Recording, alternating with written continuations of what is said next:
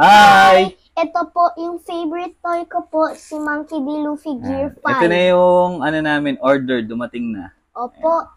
And mahirap na pong maghanap ngayon ng nito ng PO price. Yan. Kasi po Medyo naging siya mahirap. high demand. Ayan, Tsaka po rare. Ayan. SHF na Monkey D. Luffy Gear 5. Though, ito yung side art. Po yung arms. Yan, bendable na yung arm niya. Happy. Yan. Okay. I-unbox na namin ni Gabe. Tingnan natin kung ano yung laman niya. Yup. Okay? Sounds good. Go! Bubuksan na namin. Ito yung cutter. Ayan.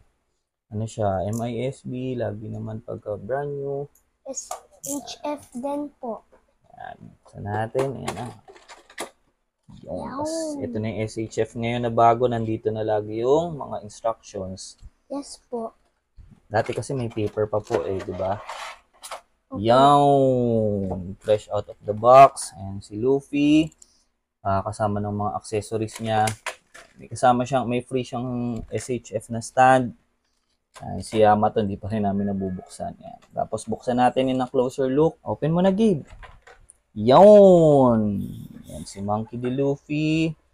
Gear 5. Sun God Nika.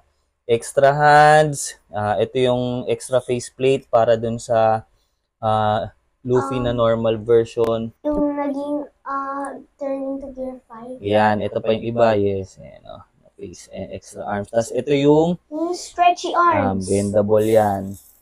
Okay. Smell check muna natin. Smell check, Gabe. Tapos, ganda. Bango. Get na natin. Kaya mo na. Yan. Fresh out of the box. Ayan.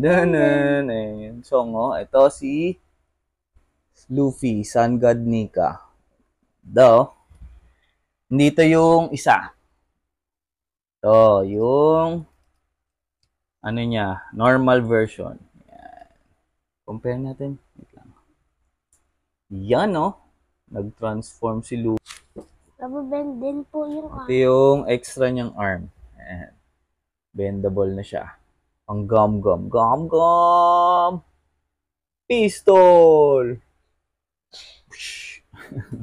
Ito na siya. Sobrang solid. Ganda. Excited na si Gabe. Lalaroin niya daw niya. So, we'll be back sa next unboxing. Okay? Okay. Bye! Peace! Thumbs up.